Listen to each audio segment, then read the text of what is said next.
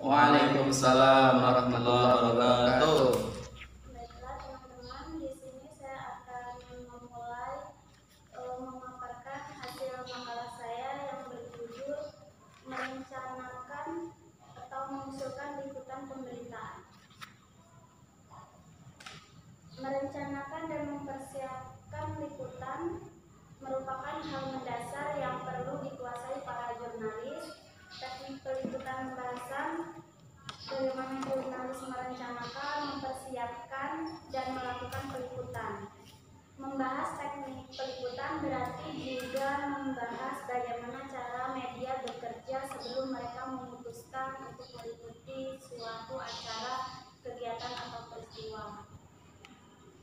Jadi setiap media memiliki apa yang disebut kriteria kelayakan berita atau news.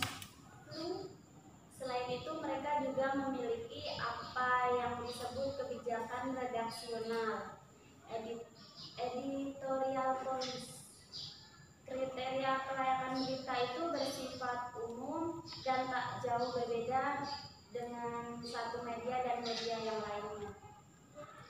Tujuan utama merencanakan peliputan yaitu untuk memperoleh hasil peliputan yang berkualitas, layak diberitakan, dan memperoleh perhatian besar dari khalayak media. Dan tujuan yang kedua yaitu sangat penting ini, media dapat melakukan perencanaan anggaran sebagai bagian dari langkah efisiensi operasional. Ini menjadi penting karena perusahaan media bukan cuma menjalankan fungsi sosial, tapi sebagai sebuah industri juga memerlukan profit untuk bertahan hidup dan berkembang. Di tengah iklim persaingan media sendiri semakin ketat, anggaran itu menjadi langkah krusial yang sangat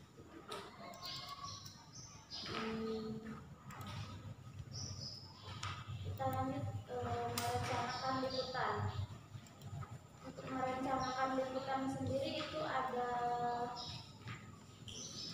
lima langkah. Yang pertama, perencanaan peliputan jangka pendek dan jangka panjang. Dari segi waktu, perencanaan peliputan mengenai perencanaan jangka pendek dan jangka panjang. Yang kedua, perencanaan peliputan berdasarkan momen hari besar, misalnya mengacu pada hari-hari besar seperti misalnya 17 Agustus. Terus yang ketiga, perencanaan peliputan berdasarkan fenomena dan isu yang berkembang. Sebagai jurnalis, kita sendiri harus lebih peka dan kritis mengamati fenomena di sekitar kita yang terjadi. Jadi kita bisa menangkap isu itu lebih cepat. Terus yang keempat, perencanaan peliputan berdasarkan pertimbangan sirkulasi.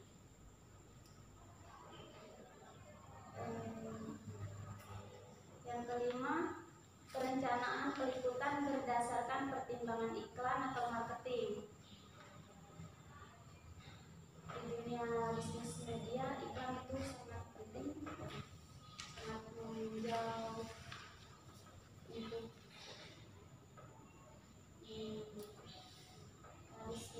suatu produk atau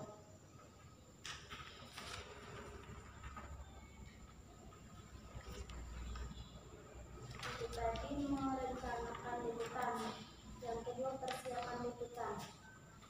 Sebagai jurnalis, sebelum pergi ke lapangan, pasti kita melakukan tugas liputan untuk beberapa persiapan.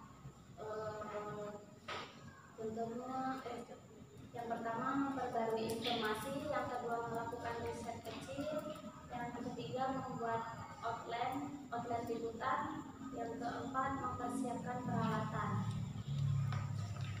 Memperbarui informasi di sini menjadi pembatas menuntut kita untuk selalu belajar sesuatu yang baru. Dan memang tidak perlu sangat mendalam, tetapi ada baiknya jika kita tahu soal-soal yang mendasar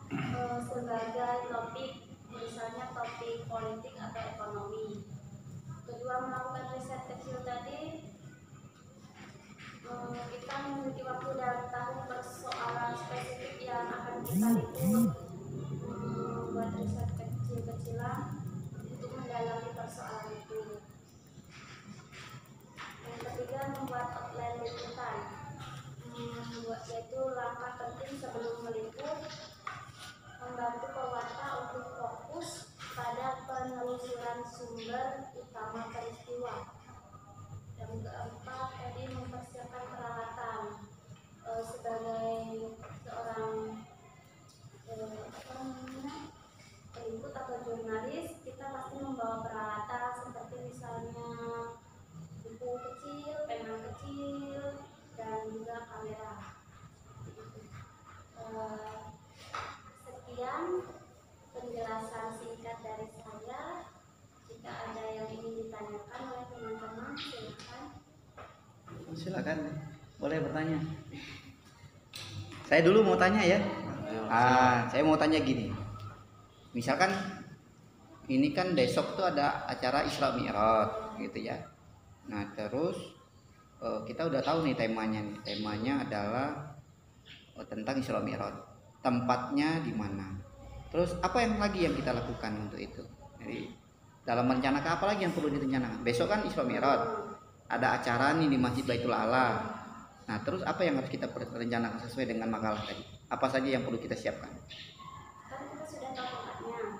Yang perlu kita siapkan yaitu kita waktunya, jadwalnya ya. Jadwal, terus orang-orang yang akan hadir tadi,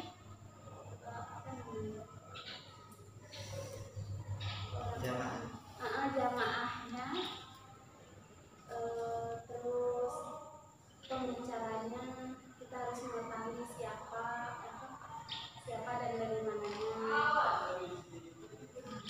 Ya, perlu nggak kita juga menghitung kira-kira perlu duit berapa tuh mau? Itu sangat perlu Pak, karena jika kita tidak mengetahui berapa budgetnya kan kita pasti akan sulit untuk nggak terkondisikan kayak gitu.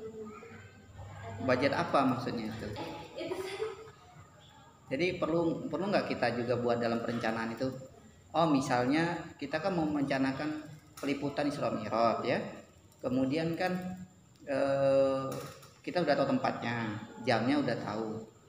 Narasumbernya yang akan kita tanyain nanti kan siapa-siapa saja udah kita buat gitu kan. Kemudian perlu juga tidak kita dalam perencanaan itu membuat kita perlu ongkos berapa ke sana itu. Dalam meliput itu perlu duit nggak ya? Atau perlu makan siang tidak begitu? Perlu nggak begitu dalam makalahnya tidak disebutkan begitu? Tidak perlu. Liput aja gitu, pokoknya buat perencanaan udah nggak usah pikirin kalau kelaparan aja udahlah biarin aja. Oh, jadi sangat perlu lah ya. Ya harus di ini. Kalau merencanakan liputan tuh bukan cuma merencanakan kualitas beritanya, pemilihan beritanya, tapi juga kita naik apa. Ya kan kita naik motor berarti kita perlu bensin. Kalau naik angkot berarti perlu angkot. Nanti kita merencanakan peliputan tuh usulannya itu harus juga menyertakan keuangannya. Nah itu nanti ada apa namanya contoh, mungkin minggu depan saya bawa lah ya contoh untuk bagaimana mengusulkan pemberitaan. Jadi liputan tuh harus diusulkan, kemudian juga bukan cuma sarana tapi juga kitanya seperti apa biar kita nanti hasilnya optimal. Ya silakan kalau ada yang mau bertanya lagi atau menambahkan.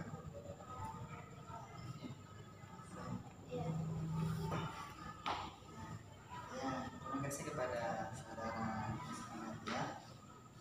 Di sini saya sedikit kebingungan di bagian perencanaan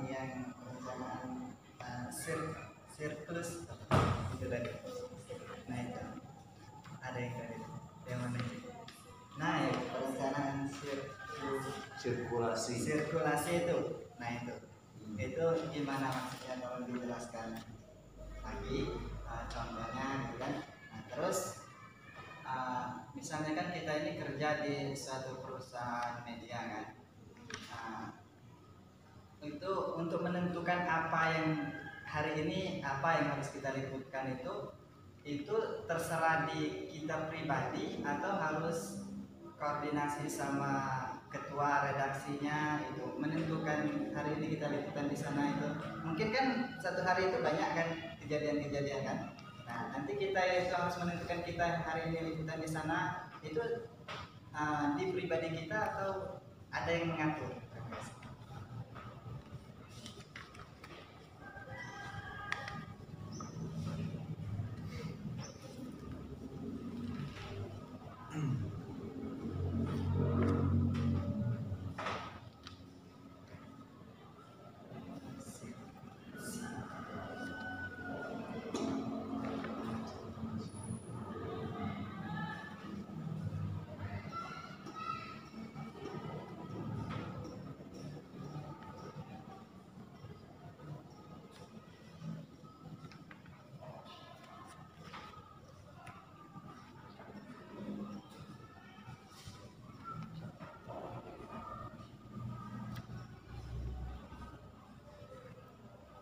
Ya, boleh dijawab.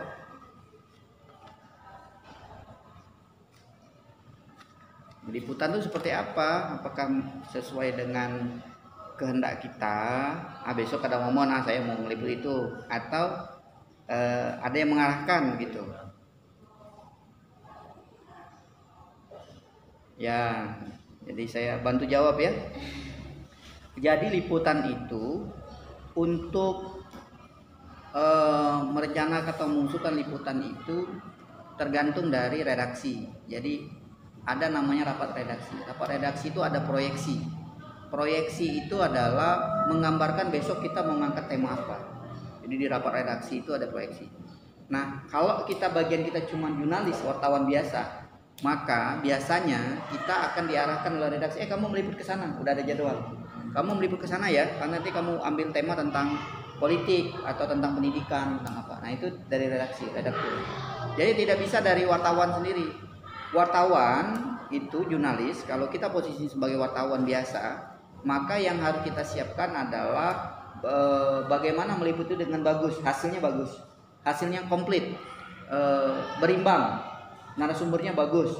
Kemudian juga kita juga dalam hal mengusulkan, karena ini merencanakan mengusulkan ya, itu kita sudah mempersiapkan tadi, ada buku mungkin. Kalau sekarang udah pakai alat canggih kan, Android ya, Android kita cek kira-kira baterainya masih banyak nggak, nanti tahunya baterainya tidak banyak, baterainya masih sedikit, perlengkapannya udah siap belum, ID card kita sudah ada belum ID card. Karena kalau kita datang-datang ujuk-ujuk ya, jadi jurnalis tidak punya ID card kan ditanya orang nanti, malu lah, kamu dari wartawan mana? Kamu di wartawan apa LSM katanya gitu, atau NGO gitu, apa kamu preman, kan kita nggak harus ada ID card, harus ada pengenal. Jadi persiapan ini udah dibuat di makalah sebenarnya, mbaknya aja bacanya belum, ya di copy paste aja. Jadi di makalah udah ada persiapan. Jadi apakah dia kehendak sendiri atau ada yang mengarahkan? Itu tergantung dari rapat redaksi, redaktur. Jadi redakturnya akan mengarahkan kita kemana. Kita wartawan, jurnalis membuat saja. Kecuali kita tidak bekerja di media, jadi kita jurnalis lepas. Kalau kita jurnalis lepas, jadi bisa menulis apa saja, maka terserah kita. Kalau kita orang blogger ya, blogger juga jurnalis.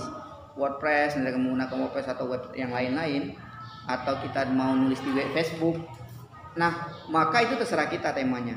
Tetapi kualitasnya juga harus benar gitu. Ada kaedah-kaedah yang harus kita perhatikan, terutama dalam penulisan. Kalau dia berita news, maka 5W 1H. Nanti kita belajar tentang 5W 1H seperti apa. Mungkin itu. Silakan Umar, ada yang mau disampaikan? Ada Pak. Yang sirkulasi tadi Pak. Sirkulasi tadi Pak. Ya, sirkulasi ini gini. Sirkulasi ini kan bagian dari iklan ya, dari apa? Sirkulasi itu bagian dari media. Media itu oplah, jadi ada sirkulasi, ada penerbitan. Ya tadi tergantung tadi redaksi tadi. Redaksi itu yang punya itu ownernya adalah pemilik media. Pemilik media itu CEO, namanya pimpinan umum. Nah, dia kan ada itunya tuh, ada apa namanya, arahnya kemana, mau dibawa kemana gitu media. Makanya media itu sebenarnya model media massa itu tergantung dengan ownernya. Teman-teman mungkin pernah lihat, baca koran atau majalah yang isinya tentang gaib semua. Dulu ada majalah gaib namanya. Dan zaman saya dulu tuh ada majalah gaib. Isinya tuh tentang yang gaib saja, karena sirkulasinya, penjualannya itu dia itu cuma kontennya yang berkenaan tentang gaib, tentang jin, tentang macam-macam lah. Ada juga tentang kejahatan semua. Coba lihat di Palembang tuh ada koran yang khusus tentang kejahatan. Isinya tuh kriminal semua. Mulai halaman pertama, halaman kedua, halaman ketiga, halaman keempat, kriminal semua. Si A kena tembak, membawa sabu. Si A B membawa segala macam. Nah, sirkulasi itu adalah pencetakan. Jadi, apakah dia tergantung sirkulasi? Iya, tergantung itu juga, oplah. Jadi dia akan tergantung itu. Jadi itu yang mengarahkan pimret, pimpinan redaksi atau redaktur. Nanti teman-teman ada kuliahnya mungkin, ada nggak rapat redaksi? Nanti kalau tidak kita yang akan buat rapat redaksi sendiri. Jadi di dalam rapat redaksi itu ada proyeksi. Proyeksi inilah yang akan menentukan sirkulasi. Jumlah oplah kita yang akan terbit tadi nanti berapa banyak. Orang akan banyak beli nggak ini korannya, majalah ini. Kalau media online orang kan banyak baca tidak? Karena media online ini tergantung iklan ya. Jadi dia tidak lagi, maksudnya tetap iklan. Kalau yang cetak iklan, tapi kan iklannya kan bentuknya nanti kertas, pertanggung jawab. Kalau itu kan di online. Nah, jadi sirkulasi itu banyaknya itu tadi, koran yang mencetak nanti. Adakah pertimbangan sirkulasi? Iya tentu. Tapi lewatnya nanti yang mengarahkan itu adalah redaktur.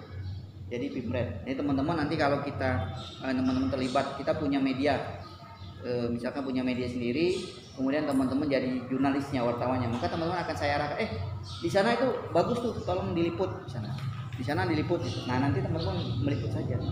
Jadi bahasa lainnya, tugas wartawan itu, jurnalis itu yang biasa ya, yang kalau dia terlibat dalam perusahaan itu seperti kuda itu kalau ditutup mata itu jalan aja, pokoknya liput itu aja. Nah gitu, tugasnya begitu. Nah kalau mau pengembangan itu nanti kalau sudah jadi redaktur, ya teman-teman masuk redaktur. Makanya di dalam jurnalis itu ada wartawan, jurnalis, ada redaktur. Redaktur itu yang pegang halaman politik, halaman sosial, budaya, pendidikan. Kemudian ada satu lagi teman-teman masuk nanti pimret, pimpinan redaksi. Nah di dalam pimpinan redaksi itu teman-teman nanti yang mengarahkan redaksi. Tapi rapat, jadi bentuknya rapat redaksi, rapat redaktur. Karena bukan punya sendiri kan. Masalahnya adalah di media itu juga ditentukan oleh pemilik media. Jadi pemilik media nggak usah diliput itu nanti rawan gitu kan, dalam tanda kutip. Nah ya udah nggak bisa diliput. Karena memang itu masalah sirkulasi tadi, nanti nggak ada yang beli, nggak ada yang bayar gitu. Nah itu ada juga, jadi pertimbangan iklan, pertimbangan sirkulasi, pertimbangan itu. Jadi begitu. Baik. Nah tugas kita adalah mempersiapkan semuanya, segala sesuatunya dengan baik. Alat rekamnya siap, kemudian kita juga sudah sarapan, kita posisi sehat, kemudian kita juga udah tahu nih, kalau tentang kegiatan berarti ada narasumber. Narasumber ini siapa? Narasumbernya itu bisa yang kok jadi pembicara, bisa panitianya, bisa juga yang dengar, yang datang. Ini narasumber juga nih yang datang nih. Misalnya yang datang nih pesertanya adalah guru-guru. Cari aja satu orang guru atau 2 orang guru, minta komentarnya. Terus siapapun bisa jadi narasumber kita. Gitu. Oke, ada lagi? Umar, ada yang mau ditanyakan? Cukup ya? Ada. Oh ada, silakan.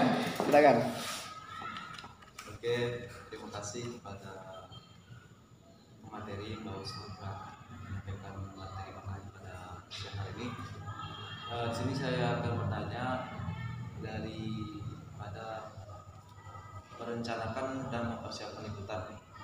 Nah, dari bagian apa sih faktor utama agar terjadi kesuksesan dan keberhasilan daripada persiapan liputan nanti? Terus apakah ada termasuk faktor yang menyebabkan kegagalan daripada persiapan liputan tadi, atau akhir dari tadi? Misalkan kita mempersiapkan liputan nih, lalu kita sedang melakukan liputan. Nah, apakah terdapat faktor yang menjadi kesuksesan, keberhasilan daripada liputan yang kita lakukan tadi? Dan apakah iya seperti itu?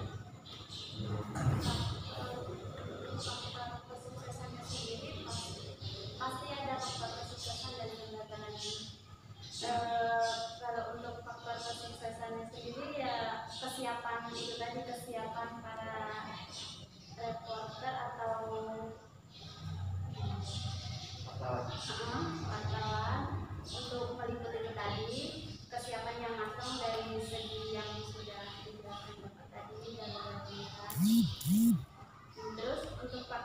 kegagalannya sendiri ketidaksiapan dari wartawan, misalnya kurang merencanakannya itu kurang pas, misalnya kita lupa tidak membawa kayak kameranya, atau kita lupa tidak mengetahui lebih tentang siapa yang akan kita wawancarai atau kita liput kan, jadi kayak kita kurang paham dengan orang itu bisa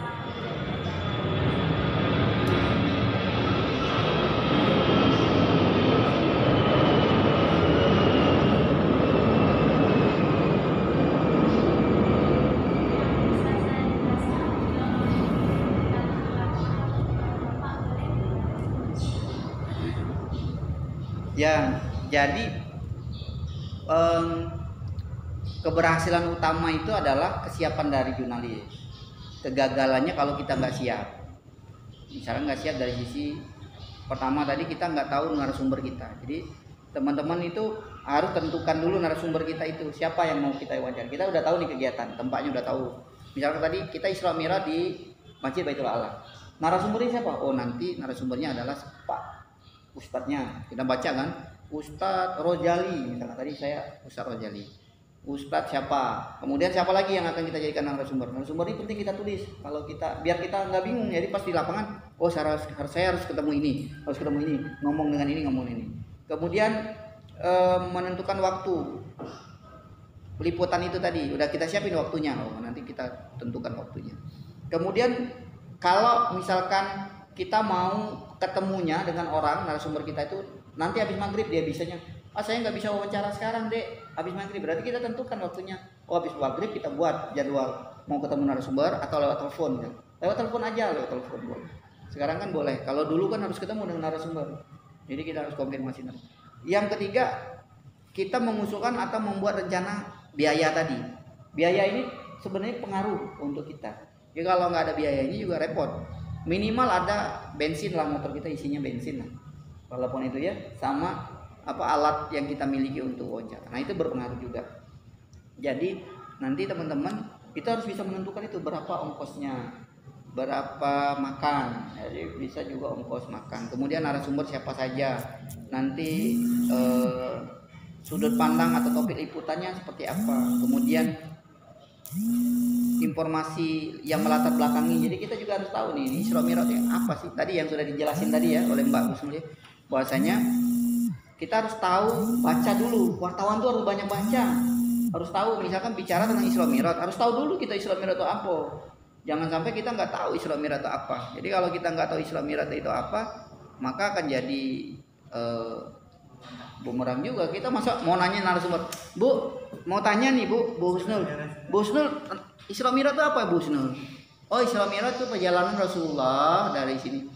Oh, Rasulullah itu siapa Bu Husnul? Kan itu kan namanya kita juga wartawan tuh kan harus banyak belajar. Makanya jurnalis itu lebih pintar sebenarnya daripada narasumber. Narasumber itu cuma untuk melegalkan jurnalis saja.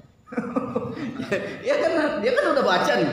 Ah Bu, kenapa Rasulullah itu balik ke, jadi katanya sih 50 kali ya Bu rakaat ya sholat itu. 50 kali sholat kan? Apa itu asli apa tidak Bu? Itunya itu hadisnya. Ya kan gitu. Wah, narasumber kan bilang, Bapak ini pernah baca di mana gitu kan? Kan kalau tadi ceramahnya adalah perintah Rasulullah itu 50 kali sholat tuh sehari semalam. Turun lagi, dan naik lagi ke Allah, ya Allah minta turunin. Nah, benar nggak itu hadisnya misalnya gitu? Nah, kita harus baca dulu biar kita tahu seputar tentang Isra Mi'raj itu harus tahu, paham. Kita dulu baca, waktu wawancara kita udah pintar lah gitu. Jadi pintar. Oke, cukup ya. Saya kira cukup. Silakan closing statementnya. Penutup. Ya harus ada penutup. Tadi kan pembukaan, harus ada penutup. Terima kasih Bapak Supriyadi selaku dosen pengampu mata kuliah reportase media cetak, dan terima kasih untuk teman-teman yang sudah hadir hari ini. Saya akhiri. Semoga makalah yang